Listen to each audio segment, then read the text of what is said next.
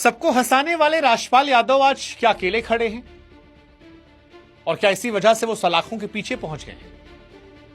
वो राजपाल यादव जिनके घर की रसोई कभी 24 घंटे चलती थी, जहां पर बॉलीवुड के उस दौर के स्ट्रगलर जो आज के बड़े स्टार हैं मुफ्त में रोटियां तोड़ते थे। तो राजपाल का काम चल रहा था, बहुत लोग उसके घर पे खाना खाते थे और कभी भी उफ नहीं किया उस आदमी। वो राजपाल आज क्यों इस हालात में है कि उन्हें कहना पड़ रहा है कि उनके पास कोई रास्ता नहीं बचा, कोई दोस्त नहीं बचा? क्या छोटे कद के इस बड़े कलाकार को अपनी ही कामयाबी की कीमत चुकानी पड़ी? या फिल्म बनाने का फैसला उनकी जिंदगी का सबसे महंगा दांव साबित हुआ?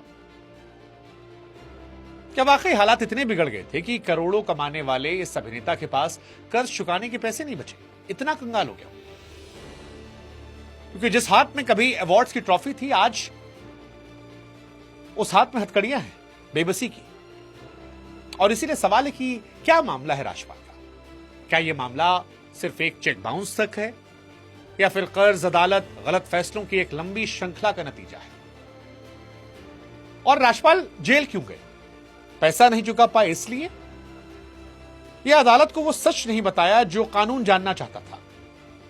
सरेंडर से ठीक पहले राजपाल यादव की आंखों में आंसू थे और बेबसी में कहा भी कि सर क्या करूं मैं, पैसा ही नहीं मेरे पास, कोई उपाय ही नहीं दिखता, हम अकेले हैं, यहां पे कोई दोस्त नहीं है, इस संकट से हमको अकेले निपटना है। राजपाल यादव ने एक्चुअली बहुतों का डिप्रेशन दूर किया है। उनकी फिल्में देखकर हम सब गुदगुदाए हैं, बहुत सारी फिल्म, चाहे वो भूल भुलैया हो, पंडित जी वाला सीन हो, चुपके चुपके मेरी बड़ी फेवरेट फिल्म है राजपाल यादव की, ढोल, अनगिनत फिल्में राजपाल यादव की हैं जहां देखकर हम सब जिंदगी जी चुके हैं। लेकिन अब वो जेल में है, और जेल की शुरुआत किसी बड़े अपराध से नहीं बल्कि एक बड़े सपने से हुई। साल 2010 में तय किया कि वो सिर्फ एक्टिंग नहीं करेंगे बल्कि निर्देशक भी बनेंगे। अपनी पहली फिल्म अता पता लापता के लिए दिल्ली के एक बड़े कारोबारी से 5 करोड़ का कर्ज लिया। हालांकि राजपाल कह रहे थे कि कर्ज नहीं लिया था, उन्होंने इन्वेस्ट किया था।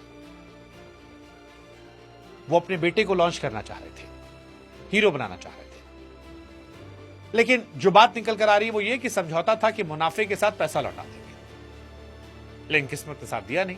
फिल्म बॉक्स ऑफिस पर बुरी तरह फ्लॉप रही। अब 5 करोड़ का कर्जा, ब्याज और पेनाल्टी के साथ करीब 9 करोड़ पहुंच गया। राजपाल ने कोर्ट को कई बार वादे किए कि पैसा चुका देंगे, लेकिन वो नाकाम रहे।